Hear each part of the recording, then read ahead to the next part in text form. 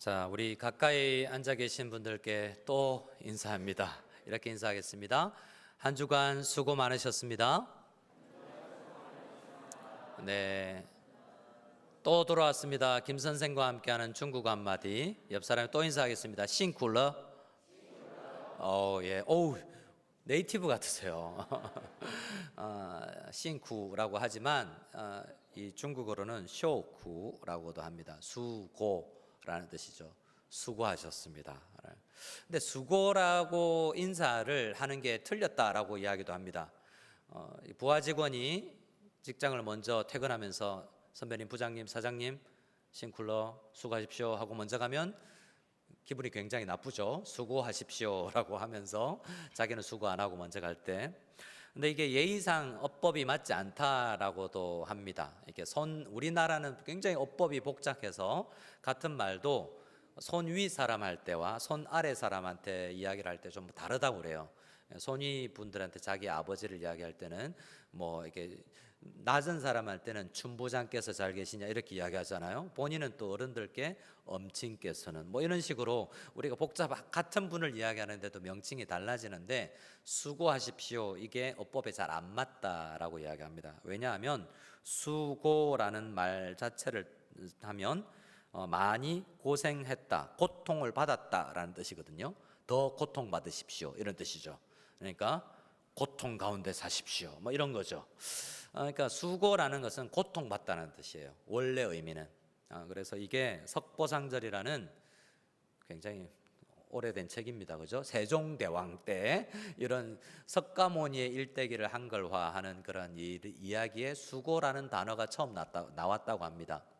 그런데 이 수고가 실제로는 우리 인생을 설명하는데 참 올바른 표현이기도 해요. 왜냐하면 성경을 보면 이 수고라는 단어가 죄가 들어오기 전에는 없었습니다. 죄가 들어오고 나서 사람들이 수고롭게 되었거든요.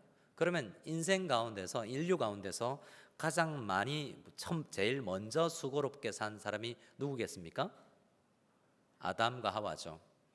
하나님께서 죄를 지은 여자와 남자를 불러서 뱀을 또 야단치면서 여자에게는 이렇게 이야기합니다. 여자에게 이르시되 내가 너에게 임신하는 고통을 크게 더하리니 네가 수고하고 자식을 낳을 것이며. 여자의 인생에 이 아이를 낳는 것뿐만 아니라 여자의 인생은 이제 고통스러운 삶의 연속이 될 것이라는 거죠. 그리고 3장 17절에는 아담에게 이야기를 할 때 이렇게 이야기합니다. 땅이 저주를 받았기 때문에 땅은 너로 말미암아 저주를 받고 너 때문에 땅이 저주받았고 그래서 또 너는 네 평생에 수고하여야 수고하여야 월급을 받는다라고 이야기합니다. 그래서 성경은 죄가 들어온 인생은 다 고통 중에 사는 인생이라고 이야기해요. 우리들 중에는 누구는 나 고통 없는데요 라는 분들도 있겠지만 사실 인생은 고통 가운데 살아간다고도 할 수 있고, 불교에서는 그래서 우리 인생을 고해라고 해서 고통의 바다라고도 말하기도 합니다. 그래서 우리 인간들은 이 고통 속에서 해방되는 위로를 기다리죠. 그래서 창세기 5장에 보면 노아가 방주를 만들어서 사람들에게 위로를 선물하는데 안 받아들이지 않습니까? 그러니까 노아의 이름도 위로라고 이야기했습니다. 그런데 그 구약 시대에 많은 위로의 징조가 되고 그림자가 됐던 사람들이 있었지만 실제 정말 위로자는, 우리의 참된 위로자는 한 분밖에 없는데 누구시다? 우리 주 예수 그리스도밖에 없다. 그래서 우리가 몇 주 전에 수고하고, 무엇하고요? 수고하고 무거운 짐진 자들아 다 내게로 오라 라고 예수님께서 초청을 하실 때는 모든 인류를 다 초청하는 거예요. 왜냐하면 우리가 다 수고하는 사람들이기 때문에 그렇죠. 주일날 아침에 주님 앞에 나오면서 인생 한 주를 뒤돌아봤을 때 수고로운 게 많이 생각나는 분들이 있다면 오늘 이 예배를 통해서 위로를 받기를 소원합니다. 네. 전도서를 보면 우리 한번 읽어볼까요? 전도서라는 구약 성경 책이 있는데요. 인간의 삶을 대해서 정말 열심히 관찰한 분의 이야기입니다. 전도서 4장 1절 말씀을 우리 한 목소리로 우리 자막을 보면서 읽겠습니다. 시작. 내가 다시 해 아래서 행하는 모든 학대를 살펴보았도다. 보라, 학대받는 자들의 눈물이로다. 그들에게 위로자가 없도다. 그들을 학대하는 자들의 손에는 권세가 있으나 그들에게는 뭐가 없도다? 고통,辛苦, 고해를 살아가는데 위로자가 없다라는 관찰 결과예요. 이걸 뭐 해법도 아니고 자세히 보니까 우리 인간은 다 박해를 받고 있고 고통스러운 가운데 사는데, 문제는 그 가운데서 구출되어야 되는데 그 사람들에게 위로해 줄 사람이 없다라는 것이 더 큰 문제라고 전도서의 기자, 그러니까 솔로몬으로 알려져 있는 그 지혜로운 사람은 이야기를 하고 있는 것입니다. 그래서 사실 우리 모두는 이 고통스러운 세상에서 살아가면서 위로가 필요한 거죠. 여러분, 오늘 예배 자리로 나오신 여러분들에게 그런 한숨 없습니까? 한숨거리? 옆 사람을 보면 한숨이 나옵니까? 얼굴이 행복해집니까? 네. 어쨌든 한숨거리, 걱정거리가 방향만 바꾸면 기도 제목이 되는 줄 믿으시기 바랍니다. 매일 앉아서 한숨만 쉬고 있는데요, 그걸 교회당에 오든지 하나님을 생각하면서 올려드리면 그게 기도가 되는 거예요. 잘 생각해보면 한숨거리와 걱정거리와 기도 제목은 똑같아요. 네, 우리가 다 기도 제목을 가지고 주님 앞에 나왔을 텐데 우리 다 그 기도 제목이 응답되기를 원합니다. 그런데 사도 바울, 웬만한 어려움은 뚫고 나가는 그 위대한 복음의 사람 사도 바울도 고민과 근심과 걱정이 있었을까요? 없었을까요? 있었습니다. 우리가 묵상했던 여호수아도 어떻습니까? 두렵지 않았으면 하나님께서 두려워 말라, 강하고 담대하라 라고 말씀하셨겠어요? 그도 두려웠죠. 사도 바울이 지금 고린도 후서를 쓰면서 지금 위로를 우리에게 주기를 원하는데 이 사람도 위로가 필요했어요.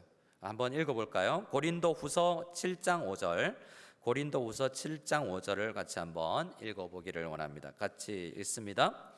우리가 마게도냐에 이르렀을 때에도 우리 육체가 편하지 못하였고 사방으로 환난을 당하여 밖으로는 다툼이요 안으로는 두려움이었노라. 자, 사도 바울이 마게도냐에 갔을 때 뭐가 어려웠냐면 따라합시다. 육체가 편치 못하고. 여러분, 건강 문제 있으신 분 손 들어서 기도 제목. 다 건강하시군요. 네. 주중에 문자를 받았어요. 제 아내와 함께 묶여있는 중국 목회자들이 있는 채팅방이 있는데 사진 하나가 올랐어요. 이런 내용이었습니다. 갑자기 남편이 멋져 보이면 노안이 왔는지를 돌아보아라. 그래서 갑자기 남편을 보면서 달달한 커피가 생각난다면 당뇨가 아닌지 의심해봐라. 갑자기 남편을 업어보고 싶다라는 생각이 들면 관절염인지 의심하라. 뭐 이런 식의 남편이 뭔가 좋아 보이고 사랑스러워 보이면 정상이 아니다, 이런 이야기의 글이었어요. 뭐 결론은 서로한테 잘하자 뭐 이런 건데, 우리가 나이가 들어가면서 육체가 편해집니까? 날로 날로 편해집니까? 아니면 날로 날로 힘들어집니까? 그런가요? 저도 다 초점 렌즈 씁니다. 제가 처음에 중국에 담임 목사를 부임했을 때 쌩쌩했거든요. 근데 권사님들이 그러더라고요. 목사님도 어쩔 수 없이 사륙경 쓰게 될걸요 라더라고요. 사륙경은 46이면 오는 노안을 사륙경, 돋보기 쓴다는 이야기로 옛날 어르신이 하는 이야기를 들었습니다. 육체가 점점 편치 못해집니다. 오메가3, 비타민, 각종 건강보조제 먹어야 우리가 살아갈 정도로 육체가 편하지 못하죠. 근데 사도 바울이 육체가 편하지 못한 건 단순히 그런 건강 문제가 아니라 산도 넘고 바다도 건너고 강도의 위험도 만나고 복음 전하러 다니면서도 각종 어려움을 당하기 때문에 육체가 편치 못했어요. 그래서 어렵죠. 그리고 7장 5절에는 이렇게 이야기합니다. 사방으로 환난을 당하여. 혹시 성도님들 중에 사방으로 환난 당하신 분 계십니까? 위로는 이제 우리 회사의 고참이나 사장님이 누르고, 밑으로는 신입 사원들이 뭔가 뛰어난 능력을 발휘해서 내 마음이 좀 긴장되고, 양옆으로 여러 가지 어려움이 생기는 우리 인생을 살아가 보면 사방으로 뭔가 환난 당하는 것 같은 느낌이 올 때가 있습니다. 그리고 밖으로는 다툼이요 안으로는 두려움이라고 그랬습니다. 이게 누구에게 일어나는 거냐면 사도 바울에게. 사도 바울도 육체적으로 편치 못하고 환난을 당하고 밖으로는 다툼이고 내 내면에는 두려움이 문제가 찾아오더라는 거예요. 뭐요? 복음 전하는 사도가. 그러니까 이 세상에는 누구나 다 할 것 없이 두려움의 문제, 외적인 다툼의 문제, 이런 육체적으로 편치 못하는 어려운 문제들, 이 고통의 문제를 다 가지고 살아간다는 거죠. 오늘 우리도 또 그런 일정한 문제를 가지고 주님 앞에 나왔을 겁니다. 이때 우리는 인사해야 됩니다. 이렇게 인사합시다. 옆 사람에게 인사합시다. 주님께 위로 받으시기 바랍니다. 네. 우리 주님은 오늘 사도 바울은 자기도 고통 중에 있었다라는 것을 이야기하면서 내가 이 고통 중에 어떻게 위로를 받았는지를 소개하면서 고린도후서를 시작하고 있는 거예요. 그래서 우리 같이 한번 오늘 본문 고린도후서 1장 3절을 다시 한번 읽어보기를 원합니다. 고린도후서 1장 3절을 같이 읽습니다. 시작. 찬송하리로다. 그는 우리 주 예수 그리스도의 하나님이시요 자비의 아버지시요 모든 위로의 하나님이시며. 자, 사도 바울은 지금 찬송하리로다 라고 시작하고 있어요. 왜 그러냐면 이게 너무 은혜가 됐기 때문이죠. 여러분, 그냥 가사가 있기 때문에 눈앞에 우리가 부르는 게 아니라 그냥 찬송이 터져 나오는 거죠. 그런 거거든요. 찬송이란 감탄입니다. 나도 주체할 수 없어서 그냥 나오는 거죠. 어떻게 하면 아냐면 옆 사람을 보면 감탄사가 터져 나와야 돼요. 우와, 이렇게 옆 사람 해볼까요? 옆 사람 보시고 감탄해 보시고, 에이, 너 감탄사지만 그런 거 안 되고요. 우와 한번. 자, 옆 사람 보면서 와우. 야, 이게 옆 사람 보면 그냥 나오잖아. 우와, 이 사람이 나의 남편이라니. 우와, 오늘 감사한 건 너무 적게 냈다. 이렇게 생각할 정도로 여러분 감탄이 나와요. 멋진 사람을 보면 감탄 나와요. 솔직히 우리 보면 안 그래도 연예인들 딱 보면 우와, 그리고 멈출 수 없어요. 집에 와서 애들한테 얘들아 여보한테 여보 내가 오늘 오면서 누구 반 줄 알아요? 마닐라 공항에서 글쎄 뭐 이러면서 감탄이 터져 나오잖아요. 사도 바울이 감탄하고 있는 거예요. 왜요? 내가 받은 이 고통 고해 가운데서 위로를 받았기 때문이죠. 그런데 오늘은 우리가 주로 지금까지는 수고하고 무거운 짐진 자들아 나 내게로 오라 등의 예수 그리스도의 마음을 생각했다면 이제 성자 예수님이라고 그래요.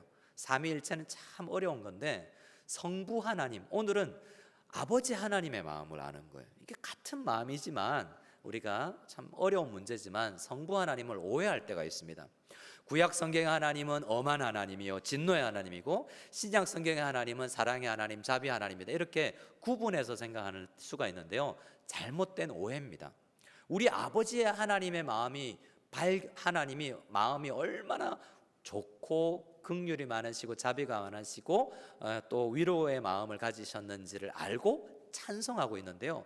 아버지 하나님의 마음을 알았을 때 이렇게 찬송이 터져 나오는 것이거든요. 자, 우리는 잘못 생각해서 예수님께서 왜 죽으셨냐 했냐면 우리의 죄 때문에 분노하는 하나님 아버지의 마음을 달래기 위해서 예수님이 죽어야 됐다고 생각하기 때문에 뭔가 성부 하나님, 화나는 하나님, 진노하신 하나님, 뭔가 냉담하고 인색한 하나님 이렇게 오해할 수가 있어요. 하지만 이것을 제가 주보에 그런 하나님은 어떤 법적인 차원에서 그렇게 생각할 수 있지만 그분의 본성은 그렇지 않다. 우리가 법적인 차원에 드러난 하나님 때문에 오해할 수 있다라고 말씀을 드렸는데요.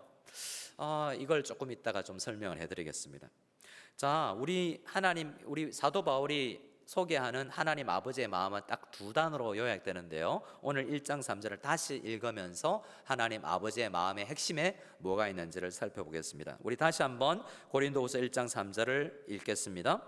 찬송하리로다. 그는 우리 주 예수 그리스도의 하나님이시요 자비의 아버지시요 모든 위로의 하나님이시며. 자, 두 가지입니다. 따라합시다. 자비의 아버지, 모든 위로의 하나님. 자, 여기에서 자비와 위로 두 단어가 하나님 아버지의 마음의 핵심입니다. 근데 표현을 보면 자비의 아버지라고 돼 있어요. 자비의 아버지라면 여러분은 누구의 아버지입니까? 아버지들이시오. 우리 딸 이름을 대면서 누구의 아버지잖아요. 근데 자비의 아버지라는 말은 하나님 아버지의 아들이 자비라는 뜻인가? 그게 아니에요. 이걸 이해하려면 요한복음 8장에 예수님께서 마귀를 향하여서 뭐라고 이야기하냐면, 따라합시다. 거짓의 아비. 왜냐하면 거짓의 아비라는 말은 마귀 애가, 자녀가 거짓이라는 게 아니에요. 모든 거짓말은 마귀에게서 나온다는 이야기죠. 그럼 역으로 자비의 아버지라는 말은 무슨 뜻일까요?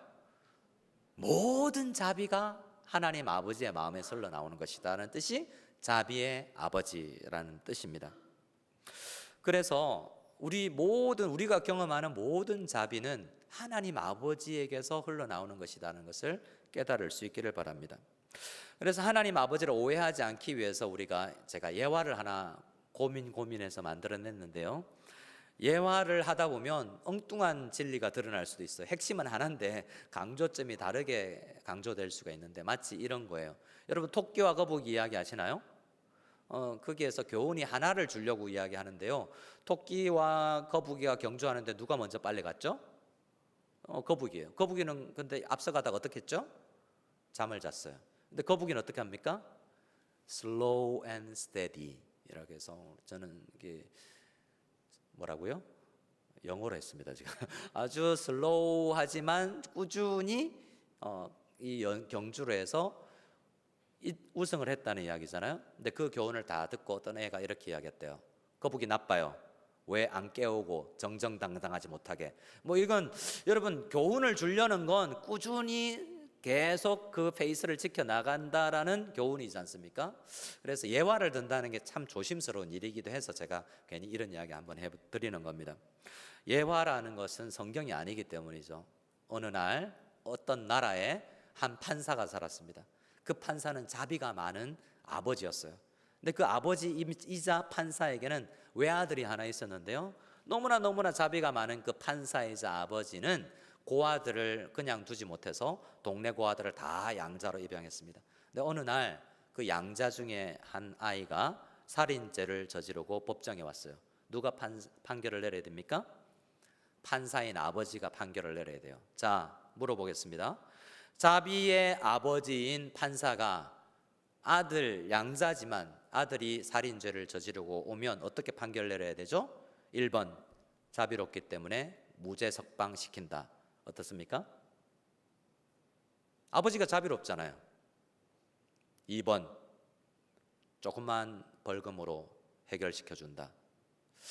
필리핀에 살면 교통법규를 어겨서 경찰이 잡으면 돈 주고 만다 그러더라고요. 왜냐하면 벌금이 1,000페소인데 2,000페소 돈을 주더라도 빨리 이 번거로움에서 벗어나고자 한다는 이야기를 들었는데요. 판결이 제대로 되지 못한 거죠. 돈 받고 이 판결을 거르게 한다는 건 올바르지 못한 거잖아요. 판사는, 아버지는 의롭기 때문에 아들에게, 그 나라 법은 사형입니다. 그래서 사형 선고를 누구에게? 아들에게 내립니다. 그분은 근데 자비로워요. 그래서 법복을 벗고 내려와서 집에 와서 외아들과 상담을 합니다. 내가 이 형법을 만들 때, 내가 이 헌법을 만들 때 내가 주로 작성했는데, 우리나라 법에는 이런 사형죄를 지어도 살아나는 법이 하나 있는데 누군가 대신 죽으면 된다. 그런데 나는 다시 그 법정에 서야 되기 때문에 내가 죽을 수 없으니 누가 대신 죽어줘야 될까? 또 사랑이 많은 아들이 아버지 제가 죽겠습니다 했다는 이야기가 성경의 이야기와 같아서 아들을 대신 죽이면서 다시 재판장에서는 자비로운 아버지가 그 판사인 아버지라는 거죠. 그 아버지의 판결만 보면 너무나 냉철하고 너무나 겁나고 그래 보여요. 하지만 그 판사이신 자비로우신 아버지의 본심은 어떻게든 살리고자 하는 것이었다는 것을 우리는 알아야 되는 거죠. 그래서 우리가 성경에서 만나는 하나님은 막 진노하고 죽여라, 진멸하라는 것 같지만 그 마음에는 오래 참으시는 자비가 있고 어떻게든 저 죄인을 살리고자 하는 주님 아버지의 마음이 있다는 것을 발견해야 됩니다. 사도 바울은 너무나 하나님이 두려워서 신앙생활을 했던 사람이에요. 뭔가 새벽기도 안 하면 벌 내릴 것 같고, 뭔가 잘못하면 내가 다칠 것 같고, 사고 날 것 같고, 하나님이 두려운 분이시긴 하지만 사도 바울은 어떤 하나님을 발견했냐면 우리가 아직 죄인 되었을 때에 예수 그리스도를 위해서 자기 아들을 죽이면서까지 나를 살리신 아버지의 그 자비로운 사랑의 마음을 깨닫고 로마서 5장 8절에 하나님은 자비이시다, 내가 아직 죄인 되었을 때 나를 위해서 그 아들을 죽이셨다라고 사도 바울은 고백했습니다. 고린도 교회 성도님들, 막 싸우고 있는, 서로 분열해서 싸우고 있는 그 고린도 교회 성도들에게도 이 아버지 하나님의 마음을 가르쳐 주시기 원했던 거예요, 사도 바울은. 그리고 자신도 자비로운 아버지의 그 자비로움의 은혜를 받았음을 고백하고 있는 것입니다. 여러분, 우리 아버지는 어떤 하나님이시냐면 죄를 지으면 정결케 하기 위해서 채찍질하는 자비로우신 하나님이십니다. 우리가 강팍한 마음을 가질 때는요, 아주 부드러운 자비로 하셔서 우리의 모난 부분을 깎아내시는 자비를 베푸시는 하나님이세요. 우리가 믿는 하나님은 우리가 병들고 육체가 편치 못하면 하나님께서 치유의 자비를 병원 의사를 통하여서든 또 약물을 통하여서든 자비를 베풀어 주신 자비의 아버지, 모든 자비의 아버지라는 것을 믿을 수 있는 우리 모두가 될 수 있기를 소원합니다. 우리 다시 한번 1장 3절을 읽겠습니다. 고린도후서 1장 3절을 다시 읽습니다. 찬송하리로다. 그는 우리 주 예수 그리스도의 하나님이시요 자비의 아버지시요 모든 위로의 하나님이시며, 자비의 아버지일 뿐만 아니라 따라합시다. 모든 위로의 하나님. 모든 위로는 하나님으로부터 나온다는 거예요. 여러분, 옆에 가까이 있는 분에게 위로를 받았습니까? 떠올려 보세요. 아내분들이요, 지난 한 주 동안 남편에게 어떤 위로를 받으셨습니까? 스마일 되면 많이 받으신 것 같고, 아무리 생각해도 막 찾아내야 될 거 이러면 안 되는데, 어떤 남편은 이랬다고 그러더라고요. 제가 우리 교회 성도님에게 직접 들었습니다. 결혼 기념일 날 소파 위에다가 1,000페소짜리를 쫙 깔아놓고 1,000페소짜리로 꽃다발을 만들어 가지고 여보 이렇게 갖다 바치더라는 거죠. 위로가 될까요, 안 될까요? 되는군요. 남편분들이요, 참고하시기 바랍니다. 저희 아내는 없죠, 여기? 네, 있네요. 네. 그런 걸 전문 용어로 금융치료라 그럽니다. 금융치료도 치료가 되고 위로가 되죠. 맛있는 거 먹으면요, 제가 말로만 듣는 따가이따에 가면 불난로라고 음식 있다 그러는데 맛있는 거 먹어도 위로가 돼요. 우리에게는 아주 일시적인 위로를 주는 것들이 많이 있습니다. 그런데 깊이 생각해 보면 삶의 가장 깊은 문제를 남편이 해결 못하더라는 거죠. 남편에게도 아내에게도 말 못할 나의 한숨과 나의 고민과 나의 아픔이 있다는 겁니다. 우리가 망각할 수도 있지만 우리는 유일한 위로자와 유일한 구원자가 우리 주 예수님밖에 없다는 것을 알아야 되는데, 그 위로자를 우리에게 보내주신 분이 긍휼의 하나님, 위로의 하나님, 자비의 하나님, 우리 아버지들이라는 것입니다. 그래서 고린도후서에 보면 이 자비와 긍휼 가운데 이 긍휼을 우리에게 위로를 자주 강조하고 있습니다. 그래서 1장 3절을 읽었는데요, 4절을 가보면 이 위로가 더 강조되어 있습니다. 우리 고린도후서 1장 4절 말씀을 다시 한번 읽기를 원합니다. 같이 읽겠습니다. 우리의 모든 환난에서 우리를 위로하사 우리로 하여금 하나님께 받는 위로로서 모든 환난 중에 있는 자들을 능히 위로하게 하시는 이시로다. 자, 우리 하나님은 우리의 모든 환난 중에서 우리를 위로하시는 분이다라고 사도 바울이 이야기하고 있습니다. 여러분이 가진 모든 환난 중에서 위로를 해주시는 하나님을 경험할 수 있는 여러분 다 될 수 있기를 소원합니다. 소원합니다. 위로가 필요 없으십니까? 우리는 다 위로가 필요합니다. 저도 위로가 필요하고 우리 이 자리에 있는 우리 모두가 위로가 필요한 고통 중에 있는 사람이에요. 근데 우리 하나님은 우리를 위로하는 것에서 그치지 않으세요. 오늘 말씀을 보면 사도 바울이 강조하는 것은 우리 하나님은 위로하시는 분이다 라는 데서 멈추지 않고 그분이 어떤 하나님이라는 것을 더 강조하고 있습니다. 다시 한번 4절을 읽어야 합니다. 같이 읽겠습니다. 우리의 모든 환난 중에서 우리를 위로하사, 끝나지 않죠. 위로해서 어떻게 합니까? 따라합시다. 우리로 하여금, 자, 우리를 먼저 위로하고 위로받은 우리로 하여금, 또 뒤로 읽습니다. 하나님께 받는 위로로서, 그러니까 무엇을 가지고? 내가 하나님께 받은 위로를 내가 가지고 뭘 해야 됩니까?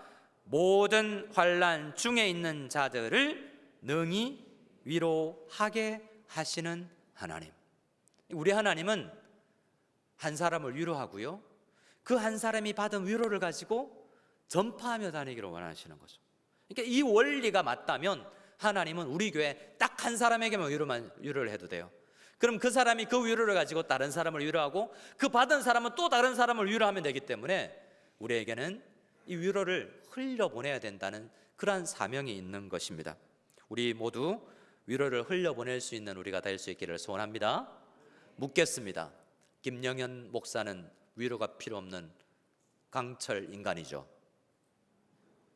그도 위로가 필요하겠다라고 생각하시고, 우리 교회 장로님들은 교회를 오래 다니시고 신앙생활을 오래 했기 때문에, 우리 교회 권사님들은 기도를 많이 했기 때문에 전혀 위로가 필요 없죠. 여러분 잘 아십니다. 우리는 모두 위로가 필요합니다. 아내도 남편도. 남편의 어깨가 축 처져 있다면 아이들이나 아내 위로가 필요한 줄 믿으시기 바랍니다. 우리는 하나님께 먼저 위로를 받아야 되고 또 위로를 해야 됩니다. 그렇게 위로가 흘러가야 된다는 것입니다. 사도 바울은 고린도후서 7장에서 본인이 어떻게 위로받은 경험이 있었는지 간증합니다. 교회는 간증이 풍성해져야 되거든요. 설교만 넘쳐나는 것이 아니라 성도의 간증이 넘쳐나는 풍성한 교회가 되어야 되는데요, 사도 바울은 고린도후서 7장 5절에서 7절에 자기 간증을 이렇게 하고 있습니다. 우리 5절부터 한번 읽어볼까요? 고린도후서 7장 5절입니다. 아까 읽었던 말씀인데요, 같이 읽겠습니다. 우리가 마게도냐에 이르렀을 때에도 우리 육체가 편하지 못하였고 사방으로 환난을 당하여 밖으로는 다툼이요 안으로는 두려움이었노라. 6절 어떻게 시작하고 있습니까? 그러나 같이 낙심한 자들을 위로하시는 하나님이 디도가 오므로. 자, 여기서요, 제가 이 본문은 1월 달에 우리 가족이 한국에서 왔을 때 성도님들 앞에 읽었던 본문입니다. 우리 가족이 오므로 내가 위로를 받았다. 누가 오므로? 디도가 오므로. 사도 바울도 선교 현장에서 강하게 복음을 전하는 믿음의 사람이지만 디도 한 사람이 왔을 때 위로받았다라고 이야기하고 있습니다. 디도가 오는 것 자체가 그냥 위로가 되었다는 것이죠. 여러분, 유병국 선교사님이라고 유명한 아프리카 선교사님이 계십니다. 그분의 일화인데요, 그분의 간증을 제가 들었습니다. 아프리카에 화장실이 문 밖에 저 멀리 있대요. 그래서 저도 어제 경험했는데요, GCA 공부하러 오는 어떤 한 아이가 여기 남자 화장실에 필통을 두고 왔는데 다시 화장실에 못 들어가는 거예요. 왜 못 들어갔을까요? 무서워서 필통을 못 가지고 간 거예요. 그래서 선생님 손잡고, 여자 선생님 손잡고 남자 화장실에 필통 가지러 갔더라고요. 화장실이라는 존재는 아이들에게 두려운 것입니다. 여러분, 그런 거예요. 근데 그 아프리카에는 화장실이 우리 어릴 때도 그랬는데요, 저기 문 밖에 멀리 있는 거예요. 그래서 어느 날 밤 유병욱 선교사님의 딸이 아빠를 깨웁니다. 아빠 화장실 응아하러 가야 되는데 무서워. 그래서 후레쉬를 켜고 같이 화장실로 갔다는 거죠. 딸이 응아를 하니까 아빠는 어디에 있어야 됩니까? 문 밖에 있어야 됩니다. 근데 화장실 안에서 소리가 들립니다. 어떤 소리죠? 질문이 옵니다. 어떤 질문이죠? 아빠 거기 있어? 이런 거죠. 그러면 아빠는 뭐라고 그래야 됩니까? 응, 여기 있다 라고 이야기를 해야 되죠. 그림이 그려지십니까? 그러면 딸이 겁내지 않기 위해서 아빠가 아빠 있다 오래 시간이 가더라는 거죠. 근데 유병규 선생님이 이런 이야기를 했어요. 자기도 두렵더래요. 저기 멀리서 아우 뭐 이러면 아프리카의 뭐 호랑이 소리인지 사자 소리인지 시라 소리인지 뭔지 하이에나 소리인지 막 짐승 소리가 들리니까 자기도 움찔하더라는 거예요. 근데 순간 저기 화장실 안에 내 딸이 있다는 게 위로가 되더래요. 그 희한한 게 딸을 위로하려고 자기는 보호하려고 왔는데 딸의 존재 자체가 나한테도 위로가 되더라는 거죠. 뭔가 해서가 아니고 딸이 힘이 있어서가 아니라 누군가 있다는 것 자체가 위로가 되더라는 겁니다. 반대로 어떤 사람이 한 사람의 존재가 증오가 될 수도 있죠. 근데 우리는 그 사람의 존재가 저희 목회자의 존재가 그냥 있다는 것만으로 교회 안에 장로님이 권사님이 여러분 성도님이 있다는 것만으로 위로가 될 수 있는 디도가 옴으로 힘든데 그 집사님이 옴으로 위로가 되는 우리 모두가 될 수 있기를 소원합니다. 자, 우리 7절까지 6절 7절을 같이 읽고 우리 말씀을 마무리하겠습니다. 고린도후서 7장 6절 7절 같이 읽습니다. 그러나 낙심한 자들을 위로하시는 하나님이 디도가 옴으로 우리를 위로하셨으니 그가 온 것뿐 아니요 오직 그가 너희에게서 받은 그 위로로 위로하고. 보세요, 위로가 온 게 디도가 온 게 위로가 됐는데 디도도 위로받고 왔다는 거예요. 누구에게서? 디도라는 선교사님이, 바울이라는 선교사님이 평신도들에게 많은 위로를 받고 와서 사도 바울도 또 위로를 받았다라는 것입니다. 그러니까 이 위로는 전면성이 있는 것이고 위로를 하나님께서 나에게 주셨다면 이 위로를 퍼뜨려야 되는 것이 우리의 사명인 것입니다. 오늘 우리는 위로가 필요하고 자비의 하나님을 필요해서 왔지만 하나님이 만약 이 예배를 통해서 자비를 베푸시고 위로를 주셨다면 우리만 사해바다처럼 흘려보내지 않고 가지고 있는 것이 아니라 위로를 흘려보낼 수 있는 우리 모두가 다 될 수 있기를 소원합니다. 우리 찬양하기 전에 서로 인사하겠습니다. 말할 수 있는 분에게 인사해야 되는데 이번에는 이렇게 인사하겠습니다. 제가 위로가 되어드리겠습니다. 말로만 하지 마시고 위로가 되어주시기를 소원합니다.